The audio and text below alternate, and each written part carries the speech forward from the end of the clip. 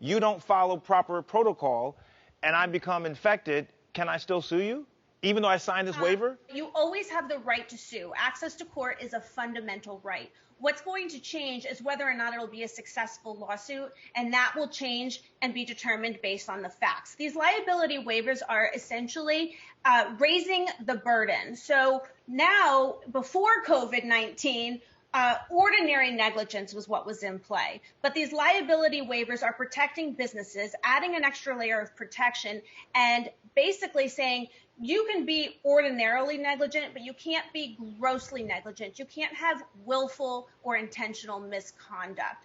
Okay, you used the big word negligence, and we hear this very often when we watch these legal dramas. Let's distinguish between negligence and what is considered to be gross negligence. Negligence, in effect, is when there's an unsafe condition caused by a business's failure to exercise reasonable care or an omission that they shouldn't have omitted. It's about having a reasonable duty that was breached.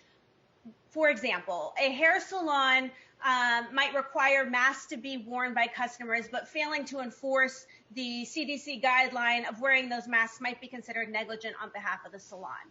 Gross negligence, on the other hand, is a willful, intentional, total disregard for the customer's safety despite a known risk. So what does that mean? That means that, say, an owner of a gym has personal trainers and members of the gym, and say that the owner of the gym or the boss of the gym knows that one of the trainers is sick.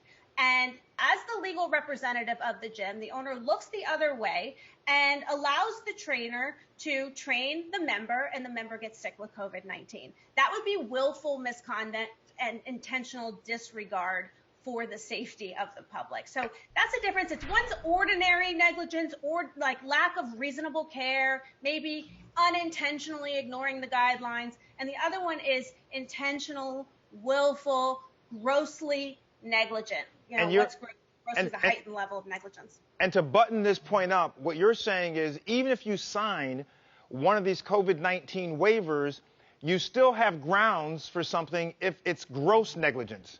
Yes. So let me ask you, Carissa, what should we be looking for when we're signing the dotted line? What exactly? You should consider, one, whether or not the language is simple and clear. Like, these are often handed to you on the spot. You don't have a chance to seek outside counsel. So when an ordinary person is reading it, is it simple and clear? Is it understandable? Second, when you're there, be vigilant. Look, inspect the premises. Are they following proper protocol? Is there signage in place? Do you feel like you have to sign this waiver in order to enter the premises? All of that will be taken into play on whether or not it'll be enforceable. Another tip that you should consider is the importance of the service. So is it going to Disney World or is it going to a doctor? It comes down to, is this a service that I want or is this a service that I need? If it's a service that I just want, then more likely it will be enforceable and you're assuming the risk.